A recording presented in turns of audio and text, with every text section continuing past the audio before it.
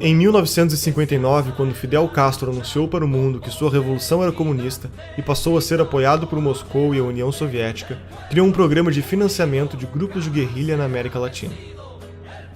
Este ativismo da Revolução Comunista encontrou forte eco no Brasil, levando à formação de diversos grupos de orientação comunista, que culminou com a tomada do poder pelos militares em 64. A partir daí, a esquerda passa a ter como principal objetivo a derrubada do regime militar.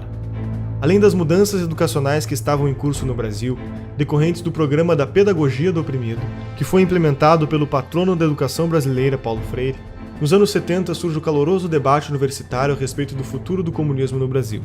Neste debate, os social-democratas fabianos concluem que os mortos na revolta armada servirão de mártir para endossar a Revolução Cultural.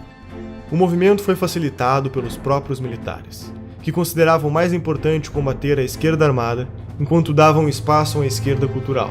Então, quer dizer, o governo militar não entendia nada do que estava se passando. O que os comunistas estavam fazendo, eles estavam perseguindo os comunistas lá no meio do mato, e os comunistas tomando as escolas. Você vê, dois sinais de estupidez do governo militar. Primeiro, criou a sindicalização obrigatória dos jornalistas. Quem fez a campanha sindical? O Partido Comunista. Como é que eu sei? Eu estava lá e eu ajudei. Então o partido sindicalizou todo mundo e já fichou todo mundo. Então, ao fim da campanha de sindicalização, o partido tinha, quer dizer, o cadastro total dos jornalistas do país, sabendo quais poderiam ser colaboradores, quais não, etc, etc. Nos anos seguintes, em todos os sindicatos de jornalistas do país, quem mandava? O Partido Comunista. Frequentemente apresentando duas chapas. Temos eleição, campanha eleitoral, e as duas chapas eram comunistas. Segundo erro, a tal da educação moral e cívica. Porque eles não queriam fazer um negócio anticomunista, então eles falaram, não vamos falar contra ninguém, nós vamos fazer uma propaganda positiva, o patriotismo. Então lançaram a educação moral e cívica, tornando obrigatória em todas as escolas. Quem ocupou as cátedras de educação moral e cívica? Os comunistas. Os excessos da repressão do regime militar, em meados da década de 70, em conjunto com o esgotamento de seu modelo econômico no início da década de 80, levaram a um longo movimento de redemocratização, culminando com a eleição de Tancredo Neves em 1985, que morreu antes de ocupar o cargo, assumindo seu vice, José Sarney. A Constituição de 88 marca a forte influência do socialismo no meio político-cultural brasileiro. Os militares realmente decidiram ceder tudo, eles não sabiam mais o que fazer. Nem dava para saber. Depois de você ficar no poder 20 anos, tendo um Congresso que está lá só para carimbar os seus decretos, ou seja, você matou a política. Segundo, eles mataram toda a liderança direitista, acabaram com a direita ideológica.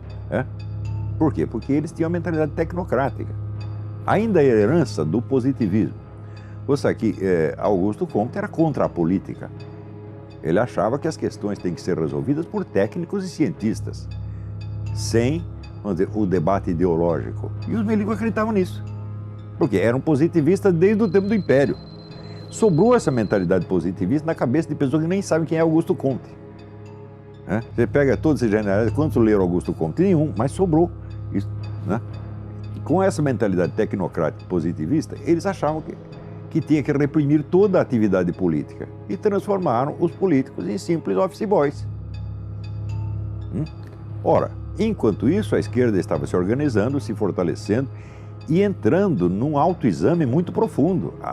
Os debates que eles tiveram em 64, 65, a respeito dos seus próprios erros históricos, etc., foi uma coisa muito séria.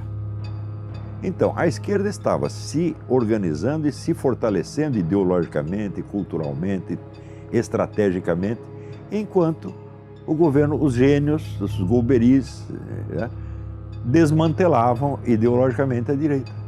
Então, quando os milicos largaram a rapadura, quem pegou a rapadura? A única força política que existia, que era a esquerda. E veio já com duas caras, como é próprio. Por que você acha que marxista, comunista, estuda dialética? Dialética é a arte de você pensar duas coisas ao mesmo tempo, nunca uma só.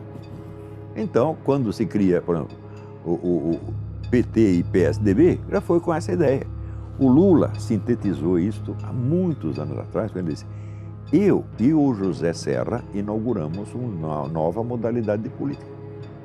Qual é a nova modalidade de política? nós dividimos o território. Você governa um pouco, eu governo um pouco, mas é sempre nós. E isso está em vigor até hoje. Quem foi o grande vencedor das últimas eleições? O PT caiu, quem subiu? PSDB. Ou seja, ainda continuamos, a velha divisão do território continua em vigor. Em 1990, na América Latina, o petista e líder sindical Luiz Inácio Lula da Silva e o ditador Fidel Castro fundam o Foro de São Paulo, uma organização que reúne todos os governantes comunistas do continente da América Latina.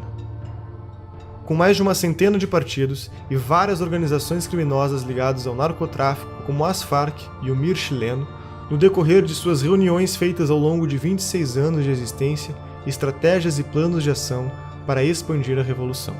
O Foro de São Paulo é a organização que articula a estratégia internacional socialista.